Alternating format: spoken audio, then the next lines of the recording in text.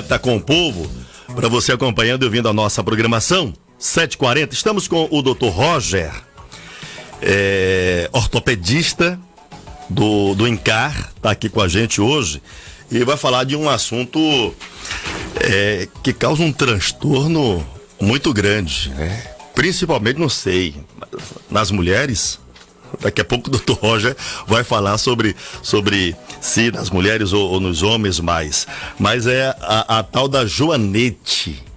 A joanete, realmente queria começar com o Dr. Roger ele falando sobre a joanete, o que é a joanete. Dr. Roger, bom dia. Bom dia, de Noel. Primeiramente, bom dia aos ouvintes, aos pacientes, parentes e aderentes. Eu já me sinto um cidadão santantoniense, então tenho essa intimidade para poder falar assim. E bom dia, de Noel, né? A voz mais bonita da rádio da Andaiá, né? Aproveitar que o Leozinho não tá aqui e falar isso.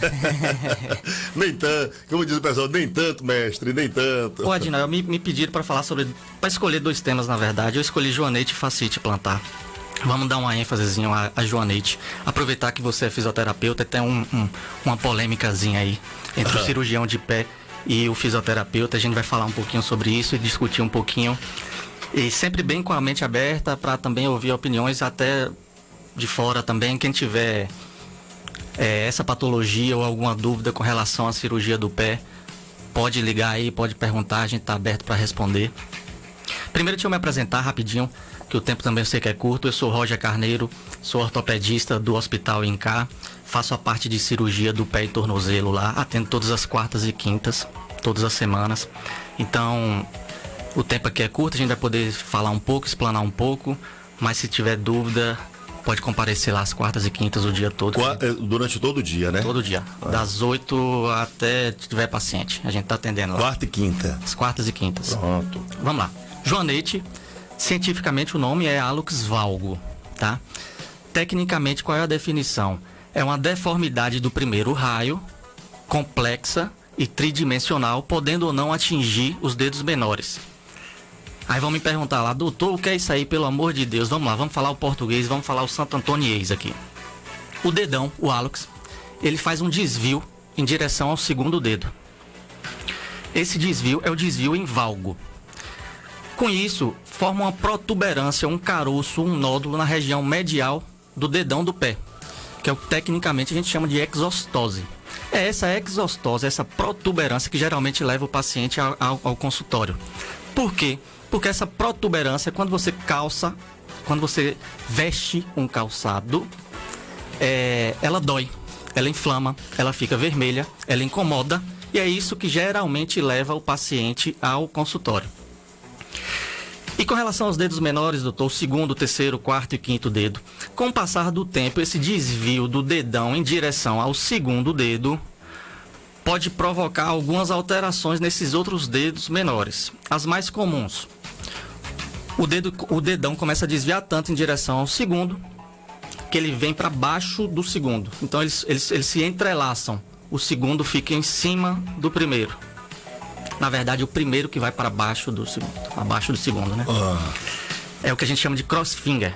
É o entrelaçamento dos dedos. Geralmente, cruzamento, né? Cruzamento, exatamente. Entre o primeiro e o segundo, geralmente. Outra coisa comum que pode ocorrer é a flexão do segundo, terceiro, quarto dedo. O dedo, por alguns motivos que a gente vai discutir aqui na frente, a fisiopatologia, ele faz uma flexão forçada. E aí pode fazer dedo em garra, dedo em martelo, dedo em taco de golfe, que é a flexão das falanges, tá? E uma outra alteração comum que pode ocorrer nesses dedos menores é no quinto. Enquanto o primeiro ele direciona para o segundo, o quinto ele pode desviar direcionando para o quarto. Aí formando o que a gente chama de joanete de sastre e joanete do costureiro. Então basicamente é isso, o joanete é isso, é esse desvio do dedão aproximando-se do segundo, e a progressão dessa doença pode provocar ou não alteração nos outros dedos. Tá e certo? O que causa muita dor, né? Causa muita dor, incapacitante, atrapalha atividades esportivas, atrapalha atividades laborais. Realmente é uma doença que acomete, se fala em algo em torno de 2 milhões de pessoas ao ano no Brasil. Infelizmente esses dados a gente tem que relevar, a gente A gente viu aí na pandemia o quanto o Brasil, infelizmente, ainda é precário com essa captação de dados. Mas se fala em 2 milhões de pessoas ao ano de diagnóstico. É mais comum em mulher, como você perguntou. Até 12 anos é 2 para 1. 2 mulheres para um homem. Na vida adulta, essa variação vai para 15 mulheres para um homem. E tem um fatorzinho específico que a gente vai comentar mais na frente também. Vamos lá, que são os fatores de risco. Os fatores de risco são basicamente 3, que é o hereditário. Existe um genzinho autossômico dominante que provoca esse hálux valgo, esse desvio, esse joanete. Então, se você tem papai ou mamãe, ou irmão, ou vovô e vovó que tem joanete, se preocupe. A probabilidade aumenta, né? E existem os fatores intrínsecos e extrínsecos. O que são fatores intrínsecos? São formatos do pé que você tem e que muitas das vezes a gente não tem nem como mudar isso. Por exemplo, quando você tem um dedão maior do que o segundo, que é maior do que o terceiro, que é maior do que o quarto, que é maior do que o quinto. Quando você junta os 2 pés, forma um triângulo, forma uma pirâmide. A gente chama de pé egípcio, que ele realmente forma uma pirâmide. O primeiro é maior que o segundo, que é maior que o terceiro, que é maior que o quarto, que é maior que o quinto. Esse pé é um pé mais propenso a joanete também. Outra coisa, quando o osso chamado metatarso, dedo é formato falange proximal e distal, dedão, falange proximal e distal. Atrás desse dedão, dessas falanges, tem um osso chamado metatarso. Se esse metatarso do primeiro for muito menor do que o segundo, também tem uma propensão maior a joanete. Outra coisa, se essa articulação da cabeça desse metatarso for muito arredondada, quer dizer que existe uma hipermobilidade, favorece uma hipermobilidade desse dedão. Hipermobilidade também é um dos fatores de risco para a joanete. E na verdade existe diversos... O sapato. Esse é o fator extrínseco que eu ia falar. Fator intrínseco existe diversos. Eu acho que não vale muito a pena a gente ficar debatendo muito aqui os fatores extrínsecos, não. Intrínsecos, né? O extrínseco que é o primordial aqui pra gente, eu acho, debater. O calçado. Os fatores extrínsecos é o calçado. Por que mulher adulta parte para 15 para 1? Porque a mulher usa geralmente o calçado inadequado. Qual é o calçado inadequado, doutor? É o bico fino, é a câmara anterior estreita. São os escarpãs da vida. O cirurgião de pé sabe que é inimigo do escarpão, né? Acho que fisioterapeuta também. É verdade. Quando você usa um bico muito fino, você está mimetizando. Você tá corroborando, ajudando a deformidade primordial do joanete, que é o desvio do dedão em relação à aproximação do segundo. Então, se o bico é muito fino, ele já faz isso. Então, você já está já está dando uma tendência a esse desvio. O outro fator muito importante é o uso de saltos muito altos. Saltos acima de 5 centímetros. Quando você bota salto muito alto, você está jogando o peso para o antepé. Você está jogando o peso para frente do pé. E o problema inicia do hálux valgo do joanete na frente do pé. Com o passar do tempo, sempre usando aquele sapato, a tendência é... Na articulação, exatamente. Sobrecarrega a articulação metatarso-falangiana, que é onde começa, onde inicia o problema. Foi importante você falar isso aí. Não é que o cirurgião proíbe o paciente de usar o calçado alto, mas deixar para ocasiões mais especiais. Na verdade, a gente já entra em a gente já começa com uma polêmica aqui. Eu falei que hoje ia ter polêmica com o joanete, a gente já começa com uma aqui. Antigamente, você pegou essa época, eu também peguei, quando era criança. O médico, ele tinha muito de ser um ditadorzinho. Ele falava e o paciente tinha que obedecer. Hoje eu não me sinto assim, não. O que eu me sinto hoje é um conselheiro, Adinoel. Os estudos mostram que bico fino, salto muito alto, os escarpãs da vida causam joanete. Então, eu aconselho o paciente a evitar esses tipos de calçado. Mas eu tenho paciente, inclusive médicos, que falam, médicas, eu não vou deixar de usar meu escarpão, eu só vou para o consultório com o escarpão. Isso é aceitável hoje em dia, ao meu ver, isso é aceitável. É uma paciente que ela está esclarecida com relação aos problemas que ela pode ter e as consequências que ela pode ter, então ela está assumindo o risco. Então eu acho que hoje em dia a gente como médico deve assumir esse papel de conselheiro, não de um ditador. Eu não digo que o paciente tem que fazer. Eu mostro as opções e o paciente escolhe. E eu tenho que aceitar essa escolha do paciente e tentar melhorar a vida dele o máximo possível dentro da escolha dele. Tá certo? Diagnóstico. Fatores de risco, acho que o principal é esse extrínseco aí, o uso do calçado. Então, evita calçado acima de 5 centímetros de salto, evita calçados com bicos finos. Muitas vezes a trabalhadora, ela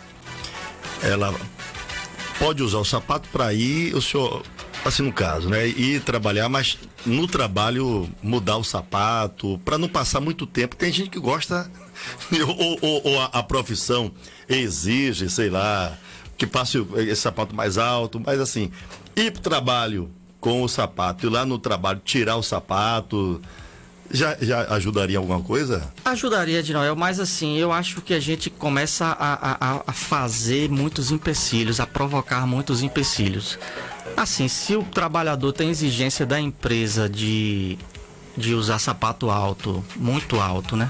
Que realmente eu não tenho assim nenhuma lembrança, a não ser modelos que precisam usar esses sapatos muito altos mesmo, mas fora isso eu não tenho, né, aqui em mente aqui rapidamente. Alguma profissão que exija realmente, mas se existir essa profissão e o paciente tem um dano, a gente pode estar encaminhando esse paciente, ajudando, fazendo relatórios, encaminhando esse paciente, encaminhando relatórios para a empresa para pedir, solicitar que seja mudado o calçado, tá certo?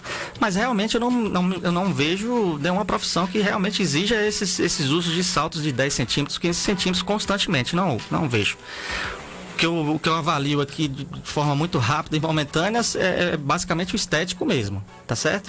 Mas óbvio que ajuda. Quanto menos você usa, menos sobrecarga tem no antepé, menos esse fator de risco vai estar preponderante, tá certo?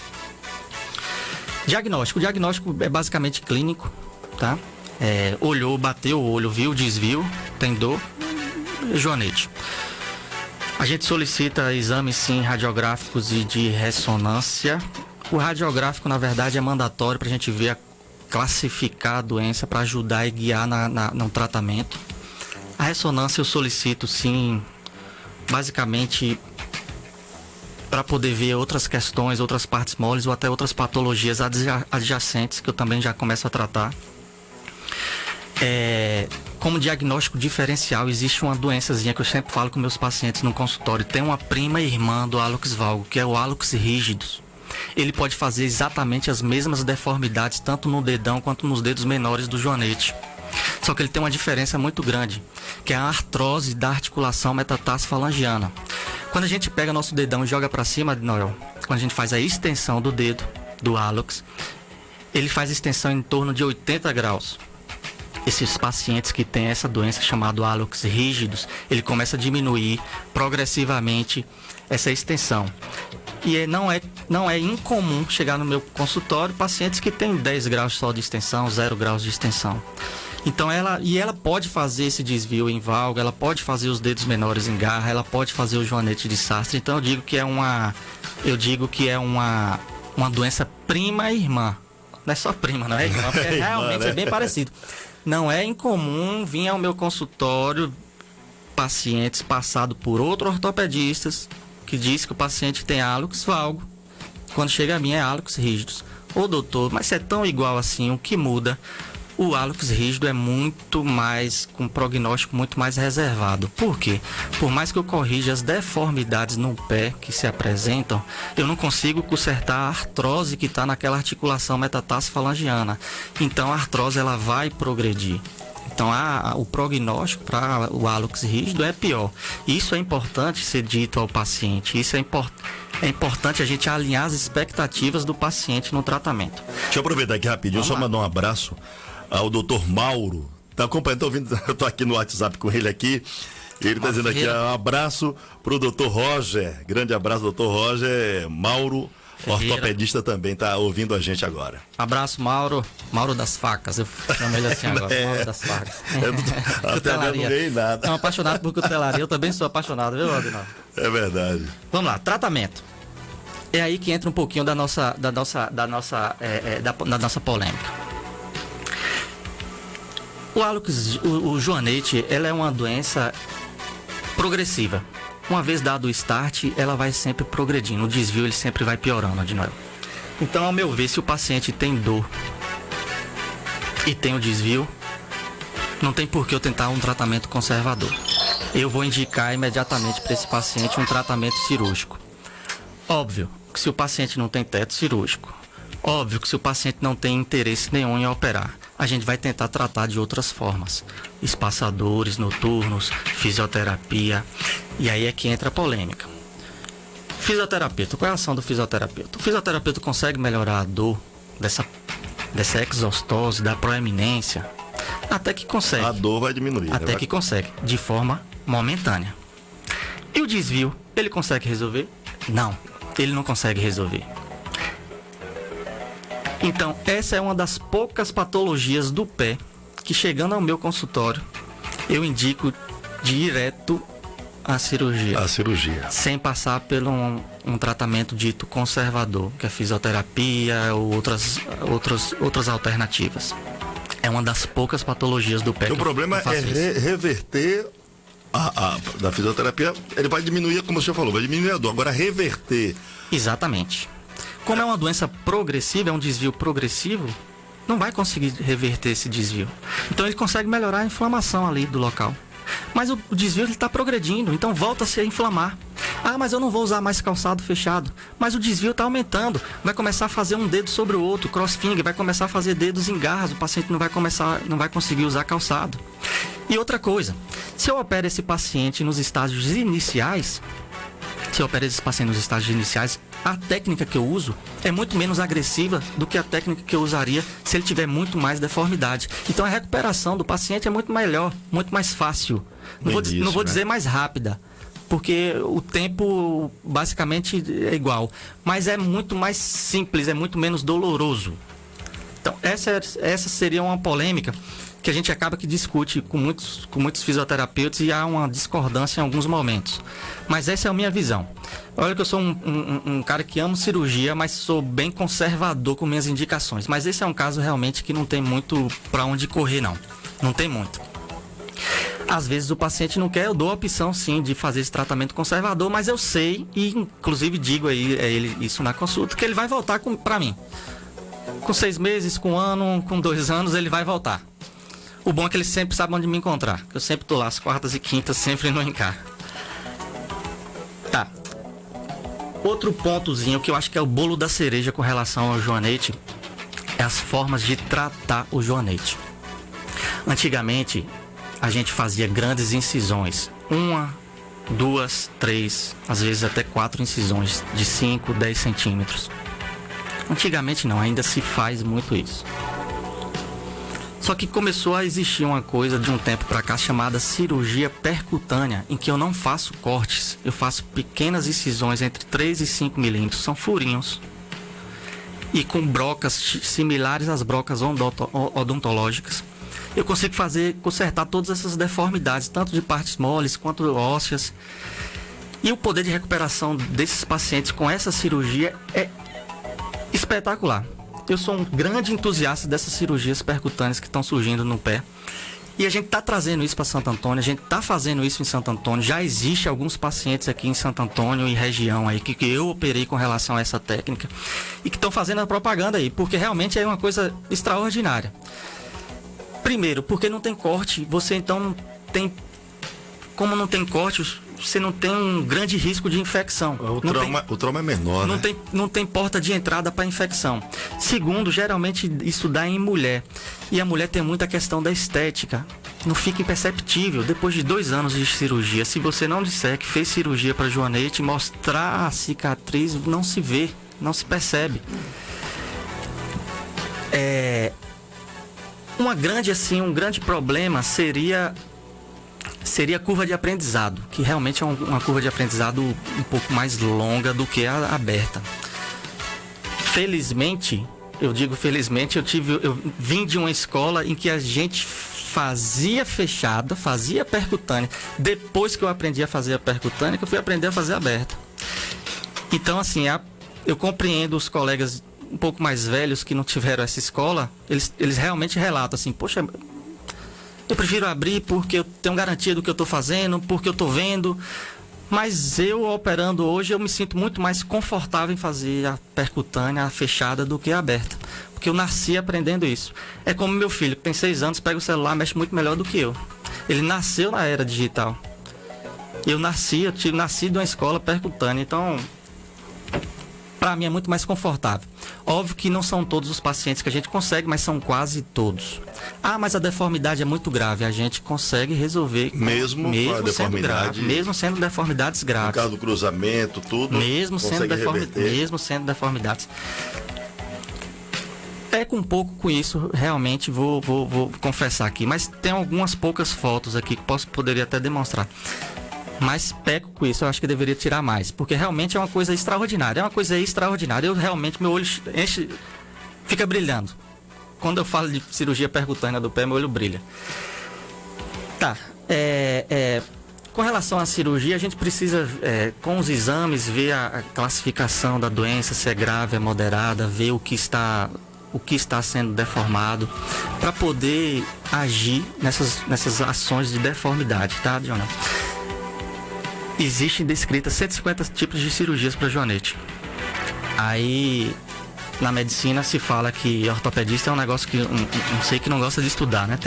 Reza essa lenda aí na medicina, né? Aí eu lhe falo, eu tenho uma patologia só, hálux valgo, joanete. E eu tenho 150 formas diferentes, 150 cirurgias diferentes de tratar isso. Para corrigir isso aí, né? Com 2 grandes vias diferentes, que é a aberta e a fechada. Então, se eu falo em 150 cirurgias abertas, seriam 150 cirurgias fechadas. Imagine. Aí tem mais uma polêmicazinha pra gente acabar aqui. Tá. Uma coisa importante na cirurgia percutânea. O paciente sai andando. Se eu opero o paciente de manhã, o paciente vai pro final da tarde para casa andando. Claro, óbvio, sentindo um pouco de dor, com um chinelo especial, que é um chinelo reto, rígido, tipo Augusta, que você deve conhecer muito bem, mas ele sai andando. Esse paciente ele tem que estar fazendo revisão comigo semanalmente, que eu vou fazendo umas bandagens, e com 4 semanas eu tiro essas bandagens. Semanalmente eu faço essas bandagens, com 4 semanas eu abandono a bandagem, passo mais 2 semanas usando esses chinelos e depois vida normal. A literatura pede para não fazer fisioterapia. Experiência própria, eu sempre encaminho o paciente para fisioterapia. Como tudo não são flores, a cirurgia percutânea, ela gera um pouquinho mais de edema, de inchaço no pé em relação à aberta. Então, por experiência própria mesmo, o trabalho fisioterápico pós-cirurgia é excelente nessa questão da diminuição do edema. E uma coisa que me perguntam sempre no consultório: ah, doutor, não vou operar não porque minha vizinha operou e o joanete voltou. Isso existe, doutor? Existe e não existe. Vamos lá. Realmente existia muito isso. A gente entendia muito pouco do joanete. A gente entendia muito pouco do hálux valgo. Hoje a gente sabe cada passo da fisiopatologia. Então a gente trata na cirurgia hoje cada passo da doença. Eu sou muito velho não tenho muito tempo com cirurgia do pé não, mas até hoje eu nunca precisei refazer uma cirurgia minha pro retorno do hálux valgo. Já refiz algumas outras, mas vindo de outros colegas, já refiz. Minha até hoje eu não consegui, não necessitei fazer. Existe a chance? Existe. Hoje... Como em vários casos, coluna, por exemplo, hérnia de disco, pode fazer a cirurgia e voltar em outro lugar. Isso, hérnia de disco, síndrome é exatamente do túnel isso. do carpo, por exemplo. Estou falando algumas patologias que pode fazer cirurgia. Mas isso realmente, né? do paciente é uma coisa ainda que se fala muito. Ah, doutor, não vou operar não porque volta. Ah, não vou fazer isso não porque volta. Inclusive no meio médico tem esse questionamento. Porque realmente voltava. Mas hoje, com o entendimento melhor da doença, da fisiopatologia, a gente consegue atacar todas as áreas da doença, então dificilmente retorna. Não vou dizer que não retorna. Existe a probabilidade, mas cada vez menor. Tá certo? Então é uma cirurgia segura, tranquila. Pode ser feita em Santo Antônio de Jesus. A melhor via que existe para mim é a fechada. A gente consegue fazer aqui em Santo Antônio de Jesus, no Hospital Incar. O paciente sai andando. Muitas das vezes a gente faz o bilateral, os 2 pés ao mesmo tempo. Eu só contraindico fazer os 2 pés ao mesmo tempo.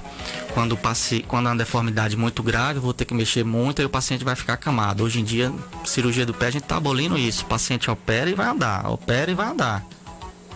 É precoce, deambulação precoce. Então a gente tem essa possibilidade até de fazer os 2 pés ao mesmo tempo. É excelente, é excepcional. Se você tiver na dúvida com relação a essa questão do joanete, se você tem um joanete, pode comparecer lá às quartas e quintas no Hospital INCAR. Eu tô lá para atender e quem sabe operar e ajudar a resolver um problema que é incapacitante. É porque também não é só a questão da dor, também a dor que, mas tem principalmente para a mulher, né? Que o pé fica, a mulher gosta do pé bonito, fazer as unhas, coisas, então tem tudo isso, né? Aí Roger? Assim, tem essa área da cirurgia do pé que é a plástica do pé, né? Que é o embelezamento do pé. É outra polêmica também, aí daria um programa, Adinoel. É assim, a minha indicação é funcional. Eu não... Apesar de eu gostar muito da questão do percutâneo e ele gerar ou não gerar, aliás, uma cicatriz e deixar o pezinho bonitinho, sem cicatriz e com as deformidades corrigidas, apesar de eu ser muito entusiasta com essa técnica, o meu entusiasmo, na verdade, não vem daí, não. O meu entusiasmo vem no poder de correção da cirurgia e num deambular precoce. O paciente realmente, praticamente não sentir dor e deambular. Isso é o que me instiga a realizar a cirurgia percutânea.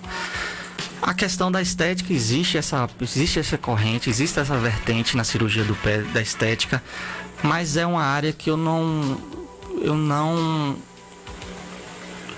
admiro muito os cirurgiões plásticos, pronto. Eu admiro muito os cirurgiões plásticos que têm essa coragem de pegar, assim, porque beleza é uma coisa muito subjetiva. É verdade.